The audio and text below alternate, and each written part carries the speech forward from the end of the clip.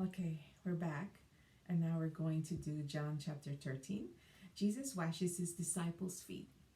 It was just before the Passover feast. Jesus knew that the time had come for him to leave this world and go to the Father.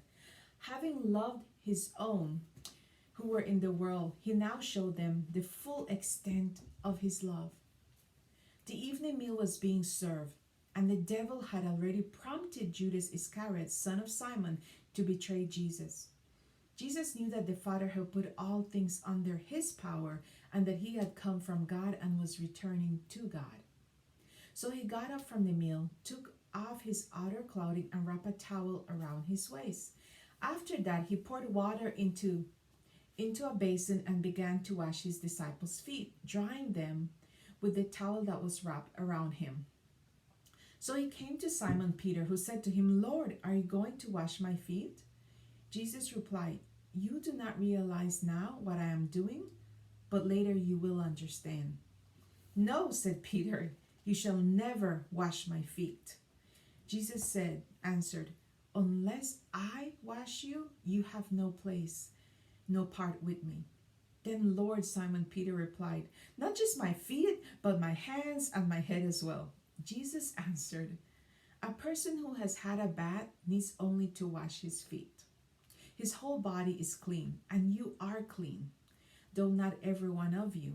For he knew who was going to betray him, and that was why he said, Not everyone was clean. When he had finished washing their feet, he put on his clothes and returned to his place. Do you understand what I have done for you? He asked them. You call me teacher and Lord, and rightly so, for that is what I am. Now that I, your Lord and teacher, have washed your feet, you also should wash one another's feet. I have set you an example that you should do as I have done for you. I tell you the truth, no servant is greater than his master, nor is a messenger greater than the one who sent him. Now that you know these things, you will be blessed if you do them. Jesus predicts his betrayal.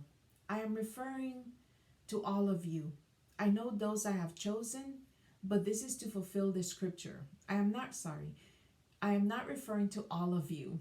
I know those I have chosen, but this is to fulfill the scripture.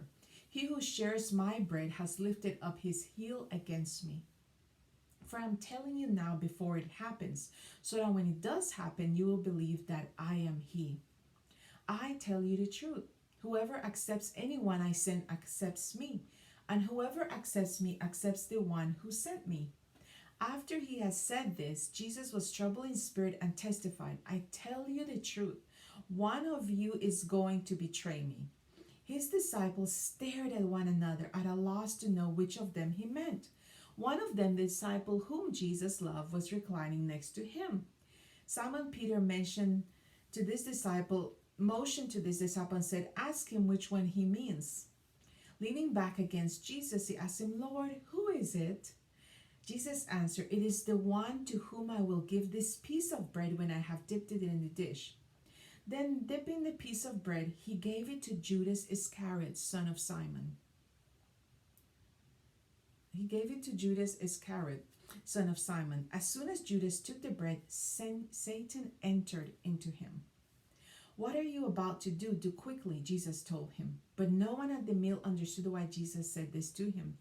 Since Judas had charge of the money, some thought that Jesus was telling him to buy what was needed for the feast, or to give something to the poor. As soon as Judas had taken the bread, he went out, and it was night. Jesus predicts Peter's denial. When he had gone, Jesus said, Now is the Son of Man glorified, and God is glorified in him. If God is glorified in him, God will glorify the Son in himself and will glorify him at once. My children, I will be with you only a little longer. You will look for me, and just as I told the Jews, so I tell you now, where I am going, you cannot come. A new command I give you, love one another as I have loved you. So you must love one another. By this, all men will know that you are my disciples, if you love one another. Simon Peter asked him, Lord, where are you going? Jesus replied, Where I'm going, you cannot follow now, but you will follow later. Peter asked, Lord, why can't I follow you now? I will lay down my life for you.